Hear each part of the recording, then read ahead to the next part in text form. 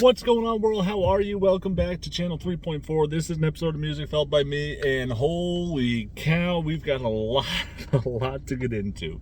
So, I did a short talking about how I figured that Drake was going to give his Kendrick response on Friday to step on the Metro Boomin Future We Still Don't Trust You release. I was wrong by a day. Kind of makes sense. I think he wanted to hear what they had to say, right? I think he kind of was like, okay, let me take Friday to consume and start to, address who needs addressing there.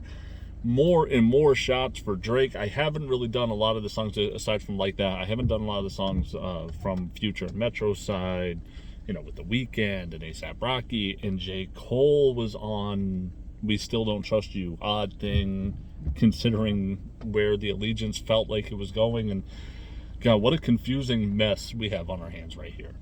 A lot of people taking issue with Drake getting out of bed and giving his stamp here. I have heard this song. I listened to it yesterday.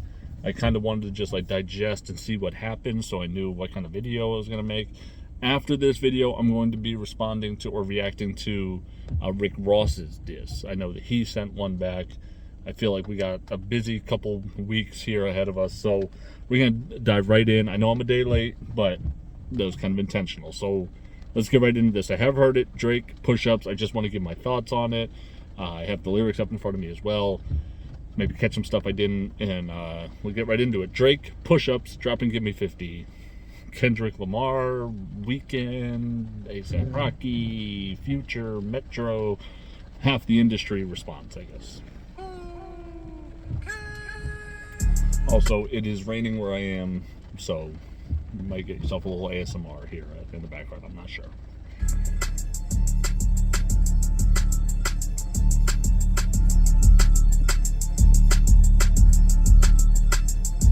Hey, I could never be nobody number one fan. Your first number one, I had to put it in your hand. You pussies can't get booked outside America for Nan. I'm out in Tokyo because I'm big in Japan. Okay, so kind of early flexing. Your first number one, I had to put it in your hand. I don't know who exactly he's talking to here. It could be a Future thing. Could be Future, might be Kendrick, might be... I don't know. Honestly, I don't know. It might be true for a lot. It might be true for everybody he's responding to, honestly. The Drake stimulus package is pretty successful. I don't know. I don't have enough information to know exactly who got their first number one while with Drake or whatever, so I'm not sure. But also then saying, you pussies couldn't get booked outside of America for Nan. I'm out in Tokyo because I'm big in Japan. So. First number one, I had to put it in your hand. You pussies can't get booked outside America for Nan. I'm out in Tokyo because I'm big in Japan. I'm the hit maker, y'all depend on. Backstage in my city, it was friend zone. You won't never take no chain off of us. How the fuck you big stepping with a size 7 man's on? So I have seen people clown that lyric. It's a joke. It's a joke. He's poking. I like it. I actually like it. A lot of Nas's ether is jokes that kind of win the room, right? Just kind of get people laughing at his opponent here. Backstage in my city, it was friend zone. You won't ever take no chain off of us because Kendrick said, and like that, I'm taking chains and burning tattoos or whatever. So saying you're never going to take a chain off of me. How the fuck you big stepping with a size 7 men's on? Kendrick's a little guy. He's a little guy. I like it. It's childish. It's juvenile, but I kind of like it. I like it. It was friend zone. You won't never take no chain off of us. How the fuck you big stepping with a size 7 man's on? This the part with the bite, nigga. What's up? I know my picture on the wall when y'all cook up. Extortion, baby. Hope for red. You been shook up. This top, so you drop it. Give me 50 like some push-ups. Hood, yo, let. Okay, so. Honestly, I like the bar here where he says, I know my picture on the wall when y'all cook up, because they've now dropped 2 projects. We Don't Trust You, We Still Don't Trust You, aimed at Drake. So, obviously, I'm your biggest muse. I'm your inspiration. I know you've got my picture on the wall when you start getting to cooking because you need to feel fuel from me in order to create, to be expressive. So I like that bar there. And then getting into the extortion baby, whole career you've been shook up because Top told you drop and give me 50 like some push-ups.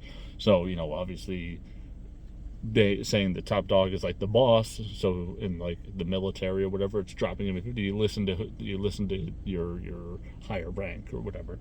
But also give me 50 percent. Give me 50%, and that's, we'll get into more of that here, but. Top, so you drop it, give me 50 likes of push-ups. Hood, your last one brick, you really not on shit. They make excuses for you cause they hate to see me lit. Pull your contract cause we gotta see the split. The way you doing splits, bitch, your pants might rip. You better. So yeah, the way you're doing splits, right, is meaning like, okay, I want to say it was it Pusha T that said that you're signed to a guy that's signed to 3 guys, or you signed to a label that's signed to 3 labels. Oh, like your money's fucked up. He's kind of saying, insinuating that he has to give a portion to Top Dog, and then his portion also has to go to whatever. Like it's kind of the money's bad for Kendrick is really what he's getting to. Well, maybe a lot of 360 deals, something like that. That you're doing so many splits that your pants might rip because his money's getting split into so much. But also you could say like rip open your pants. Basically, you're getting banged on here. Like you're getting screwed in the deal. So do that motherfucking show inside the bitty. Maroon 5 need a verse, you better make it witty. Then we need a verse for the Swifties. Top say drop, you better drop and give them 50. So he said Top Dog had him running around doing the feature for Maroon 5, doing the feature for Taylor Swift. I believe both artists are Interscope artists. So it could be like a label direction, right? Like they wanted to have some crossover from 2 of their label mates, and then get those audiences together a little bit. But he's saying basically Top Dog had you running around doing, do a verse for Maroon 5, make it witty, and don't forget you need to do a verse for the Swifties or whatever. So that's kind of funny. Pip squeak, pipe down. You ain't in no big 3. SZA got you wiped down. Travis got you wiped down. Savage got you wiped down.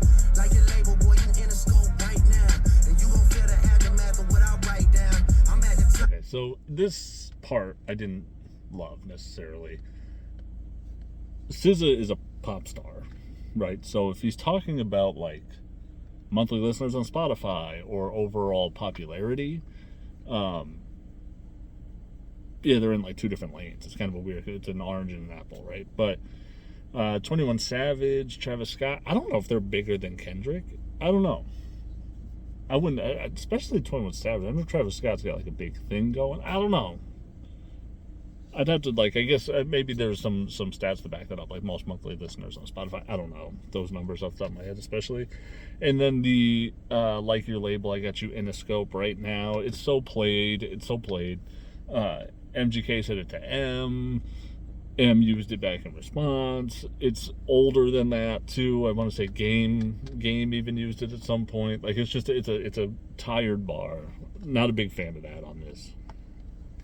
I put a mount so you tight now. Just to have this talk with your ass, I had to hike down.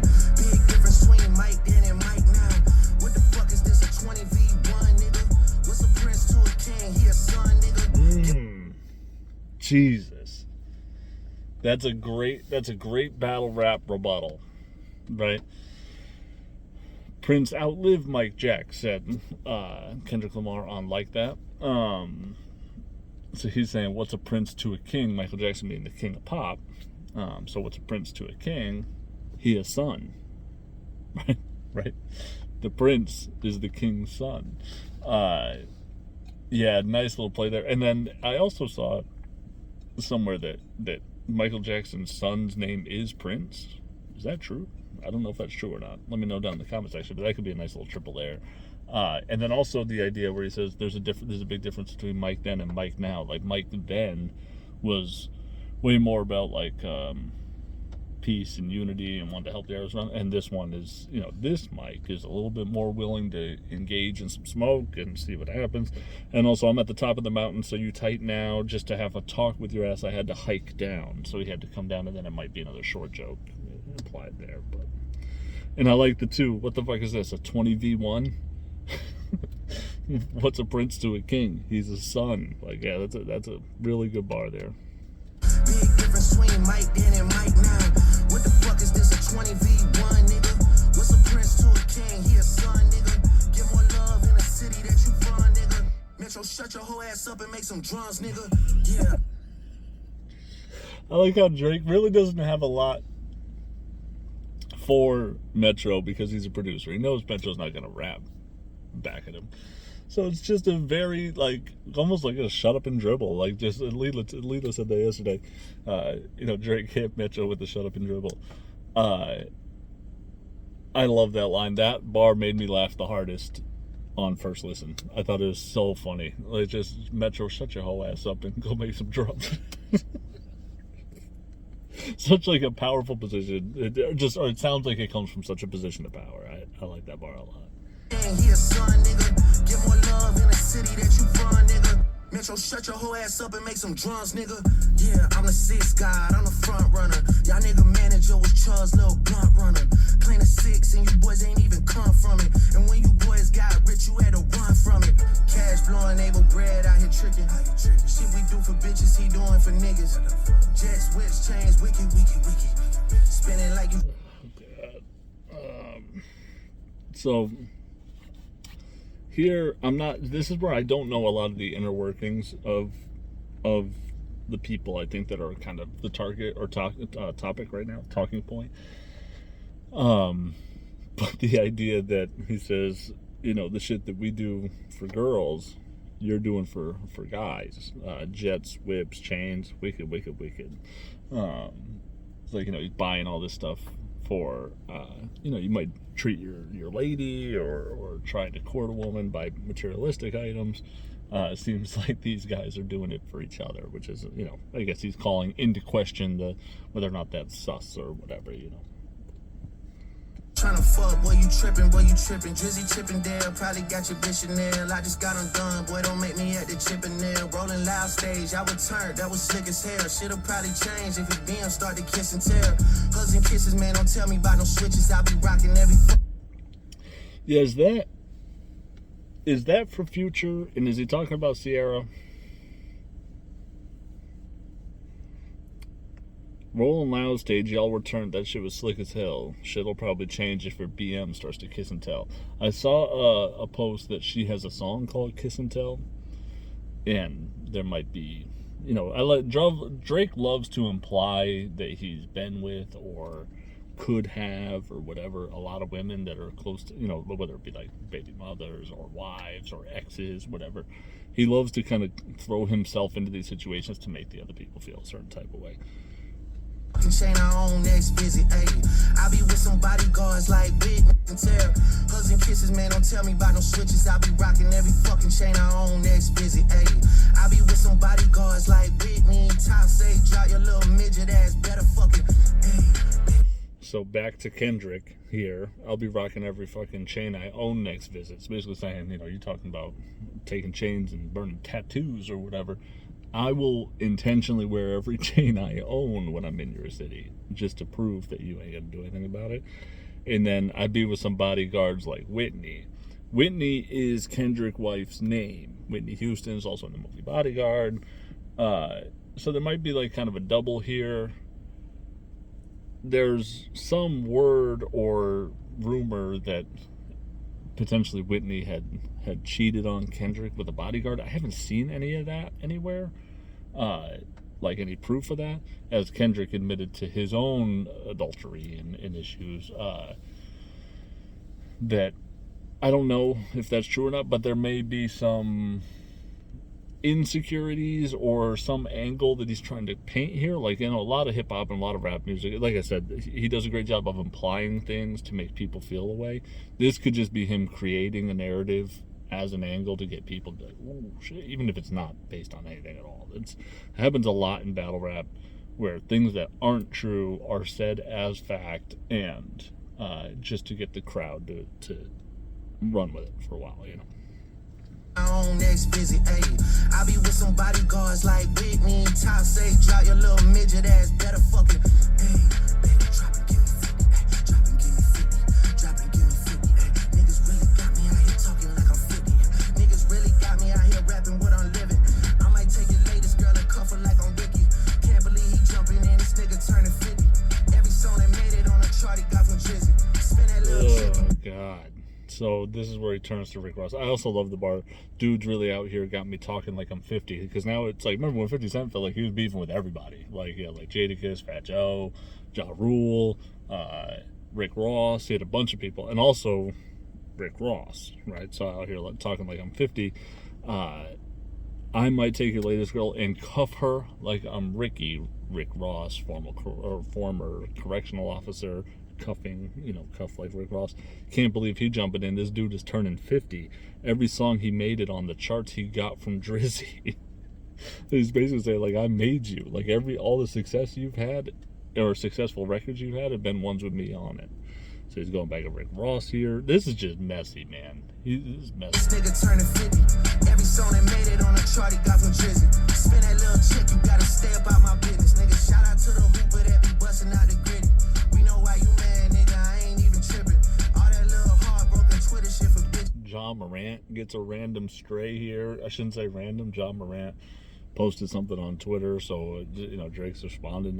I think he retweeted the Metro Boomin, like, pick a side, or we're choosing sides, or whatever, and retweeted that, was like, don't switch up, or whatever. So Drake is obviously responding to John Morant, but like, what a wild time where NBA players are getting dissed on rap beef stuff about, that comes from situations with women and whatever. Like, it's just such a wild world we're in right now. This for all the top dog, drop and give me 50, drop. And that fucking song y'all got to not start the beef with us. This shit been brewing in a pot now, heating up. I don't care what Cole think, that dot shit was weak as fuck. Champagne tripping, he is not fucking. Yeah, so here, I love the true feelings in this bar here, where he says, and that fucking song y'all did, or that fucking song y'all got did not start the beef with us. That shit's been brewing in a pot, now I'm heating up. So him and Kendrick have been exchanging jabs for a long time. Like, that was not the start of a Drake and Kendrick feud. I think it was the first time where a real loud shot was shot across the bow and intended for the target. And I think it seemed very, very intentional. And everyone that listened to the verse, I think for the first time knew, even the casual listener would understand that he was going at Drake on that verse. And a lot of their shots in the past may have been left up to, like, you really had to know what was going on or understand the intent. This one was the first time, I think, where it was so direct, even without naming names. It was very digestible who he was talking to on that. Here's where things get interesting. I don't care what Cole think, that dot shit was weak as fuck. I don't know, still, I've listened to the song now a few times. I don't know if he's dissing J. Cole here, or if he's saying, I don't care what Cole thinks. Cole might think that shit was gas, and we got to do something. We got to respond. We got to whatever. Cole might have been hyping it up, and he said, I don't care what Cole thinks. I think Kendrick's verse was weak as fuck. Or is he saying, I don't know what Cole's thinking. I don't care what Cole's thinking. The shit he said about Kendrick was weak as fuck. I don't know if he's taking a shot at Cole here, and I think it's almost intentional enough, because Cole did clear his verse to be on We Still Don't Trust You. So I think there's a punch there to be had, where if Cole wanted to take it, he could take it, but it's not so loud that it seems like Drake is punching below the belt on J. Cole too. You know what I mean? He's very, very good at being petty and sneaky and very subliminal. So I'm not sure what his intent was with that this shit been brewing in a pot, now I'm heating up. I don't care what Cole think, that dot shit was weak as fuck. I don't know if he's saying Kendrick's verse was weak as fuck, or Cole's verse about Kendrick, or Cole's song about Kendrick was weak as fuck. I'm not sure what he means there. Because then he follows it up with Champagne Trippin'. No, he is not fucking easing up. So he's saying, I'm not backing off. So when he said that Kendrick, or that Cole doing the diss, it might not even be about the song. It could be the fact that Cole made the diss on Kendrick and then apologized and was like, y'all love Kendrick Lamar, so do I. He might be saying that shit was weak as fuck.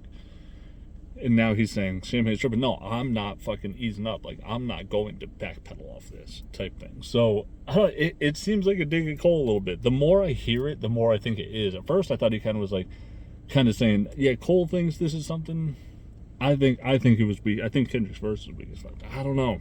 It's a tough one. This far the top dog, drop and give me 50, drop. And that fucking song y'all got to not start the beef with us. This shit been brewing in a pot, now I'm heating up. I don't care what Cole think, that Dot shit was weak as fuck. Champagne tripping, he is not fucking easing up. Nigga calling top to see if top want a piece it up. Top want a piece it up, top want a piece it up. Nah, pussy, now you on your own when you speaking up. You don't roll deep to this, is not fucking deep enough. Begging cops or not, boy, you not fucking beating us. Numbers wise, I'm out of here, you not fucking creeping up. Money wise, I'm out of here, you not fucking sneaking up. Corn by your show money, merch money, feed us. I'ma let you niggas work it out because I seen enough. This ain't even everything I know, don't wake the demon up. This ain't even everything I know, don't wake the demon up. Drop and give me 50. Oh boy, that ain't even everything I know. Do not wake the demon up. Okay. All right. Y'all, you fuck niggas teaming up. What packs have you smoking on Kendrick? Yeah, drop a 50 bag for the mob in a spot. Drop a 50 bag, 29 for the thought. I was really trying to keep it PG. I was really trying to keep it PG. Like meant for the kids a little bit, but also PG is PG Lang, right? Which is like Kendrick's company or whatever. Interesting. That little beat switch and outro was odd. I am leaning towards that's the instrumental for his second round if he has one, right? So, or not if he has one, if it comes to it, like if Kendrick responds or someone, if all of them respond, whatever the situation is, I think that's kind of I have this song loaded up too, ready to go. So it might have been like a preview into it. Or he may try to go back to back again and drop this really quick. Oh boy. God, a lot of thoughts. It's hard to summarize all of it. Kendrick absolutely has to respond, for sure. Drake, I think, handled this situation perfectly. I think he handled it perfectly. He is engaged in war with so many people. I think he gave enough blows to everyone to feel like he's fighting them all off successfully. I think the first time I heard it, I thought, it's not enough for Kendrick. Like, I think Kendrick can still... I think Kendrick's kind of got that dog in him. And I know we've never seen, like, 3-minute diss record, intentional, engaged in rap battle beef with Kendrick or before, and that's the one box I think I just need to see him check still. But I know his temperament and his demeanor and his attitude, and I think that he has that dog in him, much like Pusha T does. And I think that Drake's biggest issue when it came to Pusha T was, and I've said this on this channel before, and even on the previous one, I think that he was kind of punching at Kendrick, or not Kendrick, he was punching at Kanye. He's over here, and I think he left his ribs open. And Pusha T was able to just come in and fucking body blow him to death. I'm worried that Drake's firing kind of all over the place, and Kendrick comes in, does the same thing. Not worried, I shouldn't say worried, but I could see similarities in this, where I think Drake is maybe overextending his attention and not focusing solely on Kendrick, because I think that's really the main event, right? Like Rick Ross, A$AP Rocky, The Weeknd, Future, Metro Boomin, all these people are like, cool, yeah, that's cool, but you know, the fight we want to see is Kendrick. And so yeah, we'll see. But I think he had to kind of do that though. This song is kind of like Infinity War, where you know, he's Thanos and he's trying to fucking get rid of everybody. It may be obvious that I've never seen that movie, so I'm not exactly sure. I just kind of know the reference. But I think this is a great response by Drake. I think he handled himself well. I just hope, for his sake, that if Kendrick responds, he will singularly focus on Kendrick and leave the other stuff alone, because I think the more he tries to hold everybody off, the more he's leaving himself open. we'll see what happens. But yeah, I'm waiting on Drake. I know Rick Ross responded. We'll get right into that one soon. So if you're watching this video, stay on lookout and alert for the Rick Ross reaction. That's gonna do it for me. What do you guys think? Drake up right now? I think Drake's up, which is crazy. There's 2 albums, bunch of disses. Everyone's got something to say. What a weird position to be in. This is like, my stepson and I were talking about, this is just like the culmination. It's like the end of an era. It's like Biggie and Pac's era, or Jay-Z and Nas. Maybe that's kind of more the benchmark. But everything since then has kind of led to what feels like this moment, where the industry feels like it's self-imploding. There's a civil war. It just feels very climactic right now. And God, what a moment. It's like the interest is way up. I'm sitting there refreshing yesterday, hoping to see someone respond to something. The attention is up. The energy is up. People are rapping really, really well. What a great time to be alive in hip-hop music right now, because I feel like all the cast stones over the years is kind of coming to a head right now. And I think over the next few weeks, I think the paradigm of hip-hop will shift a little bit, and we'll find out kind of who moves forward stronger and who sets alliances with who, and who. It's just, oh man, it's really interesting. It's like straight out of a movie. So let me know what you guys think. When is Kendrick gonna drop? He's got to respond. I know he's got that record that he's been sitting on for 4 years or whatever. So we'll see. All right, that's gonna do it for me. I'll catch y'all soon. Rick Ross reaction coming up next.